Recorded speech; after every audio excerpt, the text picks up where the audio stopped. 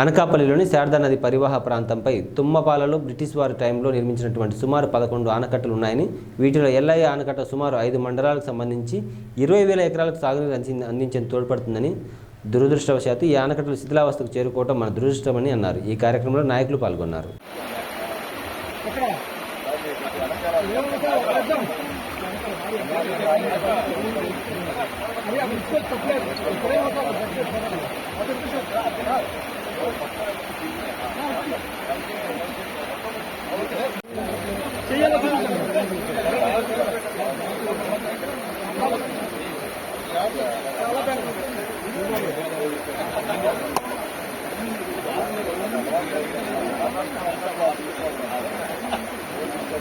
అది ఎల్లిదండి, ఎల్లిది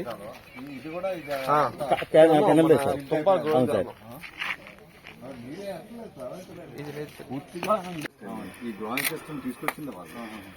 ఎందుకంటే రివర్ వాటర్ని ఇట్లా అడ్డంగా పెట్టి అలా డైవర్ట్ చేస్తారు.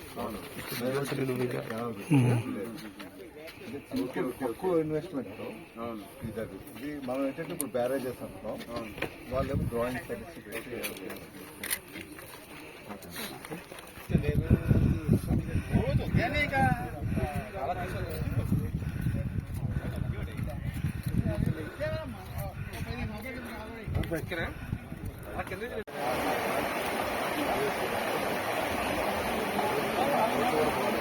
కుమ్మలాడ వరకు సుమారు 4 కిలోమీటర్లు 365 రోజులు నీరు పుష్కలంగా ఉంటుంది. దీనివల్ల గ్రౌండ్ వాటర్ ఛార్జ్ అవుతుంది. 20 అడుగులకే మనకు నీరు దొరుకుతుంది. మనకు 365 రోజులు మనకు నీరు ఉంటుంది. వేసవని వర్షాకాలం అని సంబంధం లేకుండా ఉంటుంది. అదేవిధంగా మనం శారదా బండ్ పార్క్ ఏదైతే అభివృద్ధి చేయాలనుకుంటున్నామో అక్కడ బండ్ పార్క్లో పిల్లలకి బోటింగ్ కావాల్సిన సదుపాయాలు కూడా చేయాలనే ఆలోచనతో కూడా ఉన్నాం. కాబట్టి ఇది ప్రథమ ప్రాధాన్యతగా ఈ కార్యక్రమాలు మేము పూర్తి చేస్తాం. ఈ శారదా నది మీద ఇప్పుడు బ్రిటిషర్స్ టైంలో సుమారు 10 బ్యారేజెస్ ఉన్నాయి, 11 బ్యారేజెస్ ఉన్నాయి మన ప్రాంతంలో. 5 మండలాలకు సరిపడగా సుమారు 20,000 ఎకరాలకి సాగునీరు అందించేటువంటి చాలా తక్కువ ఖర్చుతో అయ్యేటువంటి మంచి కార్యక్రమం. దురదృష్టవశాత్తు ఇవి బ్రీచ్ అయినప్పుడు కనీసం ప్రభుత్వం గత 5 సంవత్సరాల్లో ఒక్కసారి కూడా ఒక్క ఇసుక బస్తా కూడా దీనికి అడ్డంగా వేసి నీరు ఆఫ్ చేసి రైతులకు నీరు ఇవ్వాలనే ఆలోచన ఒక్క రోజు కూడా చేయలేదు. ఇప్పటికీ ఈ ప్రభుత్వం వచ్చి 5 సంవత్సరాలు అయింది. 5 సంవత్సరాల నుంచి కూడా ఇలాగే చూస్తున్నారు. ఇలా వృధాగానే నీరు పోతామని తప్పితే రైతులకైతే మొన్న అల్లేకాలం రైతులు అయితే చాలా బాధపడుతున్నారు. ఒక్కొక్క చుక్క నీరు కూడా రావటం లేదు. కాలువలు ఉన్నాయి కానీ సిల్టప్ అయిపోయి అక్కడ నుంచి నీరు కూడా వచ్చే అవకాశం లేదు. నీరైతే చూసారా, ఈ టైంలో కూడా ఇంత మండు టెండలో వేసవిలో ఇంత నీరు వృధాగా పోతూ ఉంది. ఈ నీరు ఉపయోగించుకుంటే రైతులకి బంగారాలు పండించగలుగుతారు.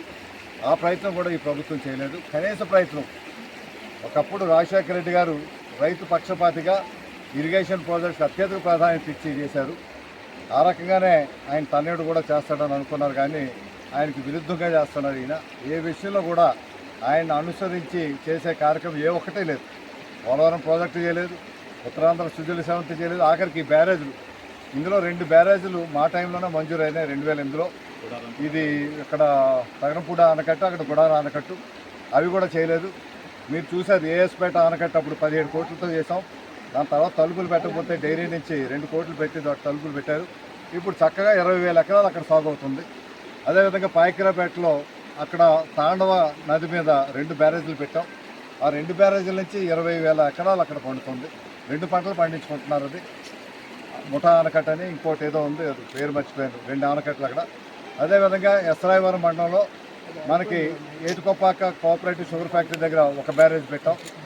ఆ బ్యారేజ్ అటు ఏటుకొప్పాక ఇటు షుగర్ ఫ్యాక్టరీ మధ్యలో ఉంటుంది. అది కూడా చక్కగా పనిచేస్తుంది.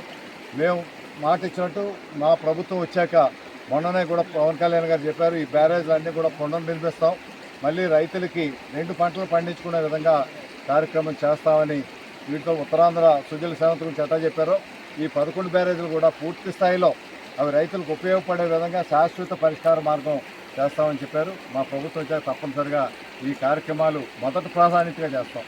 ఎందుకంటే